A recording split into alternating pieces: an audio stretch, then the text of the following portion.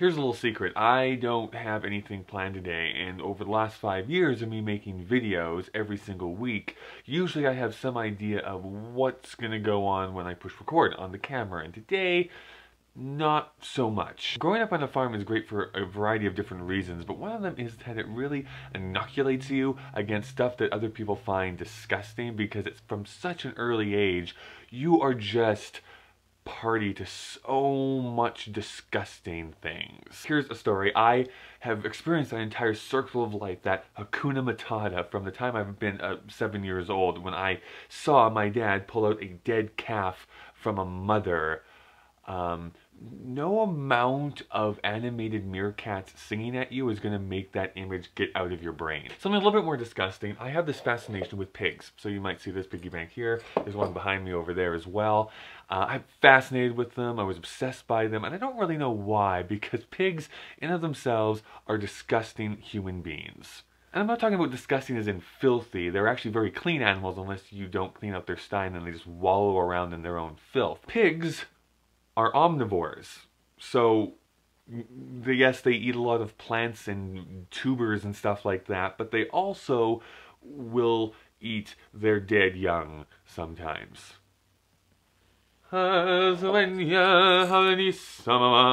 I've been thinking about death a lot, mostly because I never thought I'd live past the age of 31, and here we all are, and now I don't know what to do with the rest of my life.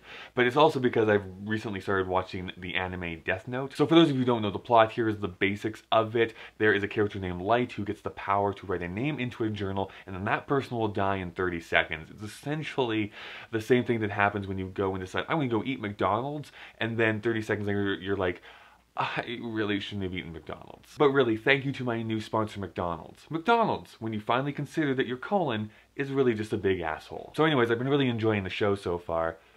Someone is texting me. 1 second. They're more important than you. Let's see what they say.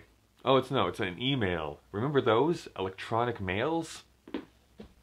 I'm old. So yes, I've been enjoying the show, but I've also been preoccupied by death here as well. It's all around us all the time, but is there ever a time where murder is justified? And I'm by no means an expert in this field, but I'm going and visiting my friend Daniel like right now, so why don't we go and ask him what he thinks? These kind of questions are very nice to sit in your nice parents' house in your own room, you know, full of great ideas. Pay taxes, Daniel, so. Yeah, but rather than having to deal with that head on, I think the response is going to have so much more weight to it, as well as much more meaning. So, yeah, I think that there is a place for capital punishment, and I think that there are times where that justice needs to be met in that sense, to kind of remind people of the consequences of these kind of things.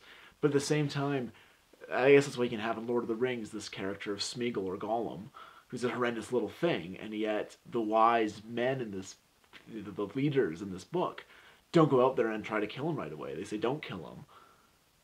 Let's forgive him. Let's work with him, and in the end, he ends up being key to the salvation of the book.